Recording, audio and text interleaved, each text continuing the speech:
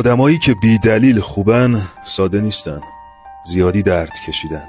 اینا همونایین که بی هیچ توقعی لبخند میزنن، چون قبلا یه جایی تو مسیر زندگی برای مدت زیادی بغضشون رو قورت دادن. آدمایی که بی دلیل خوبن یه روزی یه دلیل خوب به جای بی تفاوت بودن پیدا کرده. هیچ کسی یه شبه این همه آروم، این همه عمیق نمیشه. آدم خوب یه پروژه است، ساخته شده با شکست، با بی معرفتی دیدن، با نامردی دیدن، با شبایی که به صبح نرسیدن، با زخمایی که رو قلبشون موند ولی اجازه ندادن کسی بفهمه.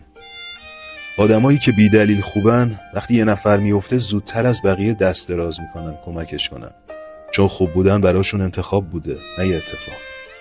اگه دیدی یکی بی دلیل خوبه، بدون یه روزی همه دلیلشو ازش گرفتن ولی اون هنوزم انتخاب کرده انسان بمونه.